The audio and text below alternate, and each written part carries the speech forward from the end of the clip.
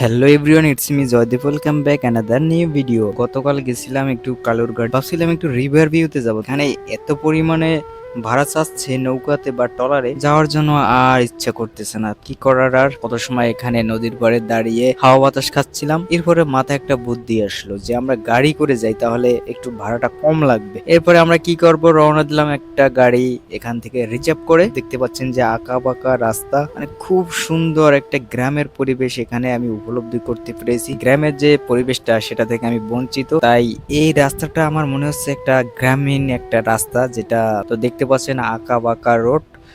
তো লোকজন খুবই কম, আর এই ব্লগটি আমি খুবই লেটে আপলোড দিয়েছি, কেননা এই ব্লগটি আমি তৈরি করেছি ঈদের সময়। ঈদের যে বন্ধ ছিল তখন।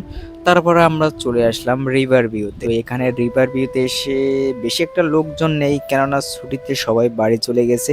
তো আমি আর একটা ভাই ছিল, তো তার সাথে আমি এখানে কত সময় আড্ডা দিলাম। আর এই যে একটি বাড়ি দেখতে পাচ্ছেন, এটা হয়তো আমি জানি না, তারপর মানে ধারণা অনুযায়ী বলতেছি, যেখানে কোনো বিয়ের অনুষ্ঠান হয়। এই এই যে একটা বাড়ি দেখতে পাচ্ছেন, বাড়ির মতো। আর এখানে রিভার ভিউর এখানে পাশে দুই তিনটা রেস্টুরেন্ট আছে, আর এবং নদীর পাশে বসার জন্য টুল তৈরি করে রেখেছে। এরপর রাস্তাঘাটে একটু হাঁটা চলা করলাম, এরপরে একটি অটোরিকশা পেয়ে গেছি। এরপরে আমরা সেটায় উঠে পড়লাম। কালুরঘাটের যে ব্রিজ, ওখানে চলে আসলাম। আসার পর দেখতে পাচ্ছি এখানের ভিউটা দেখেন। হ্যাঁ, সন্ধ্যা চলে আসছে। তো আমরা হেঁটে হেঁটে গুটি গুটি পায়ে আমরা চললাম বাসার উদ্দেশ্যে। তো এই ছিল আর কি।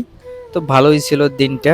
আর দেখতে পাচ্ছেন সন্ধ্যা হয়ে গেছে, লোকজনও কম, এবং তার সাথে মিষ্টি বাতাসও বইছে। তো সবাই ভালো থাকবেন, অবশ্যই ফেসবুক পেজটি ফলো করে রাখবেন এবং আমাদের ইউটিউব চ্যানেলটি সাবস্ক্রাইব করে রাখবেন এবং টিকটক আইডিটিও ফলো করে রাখবেন।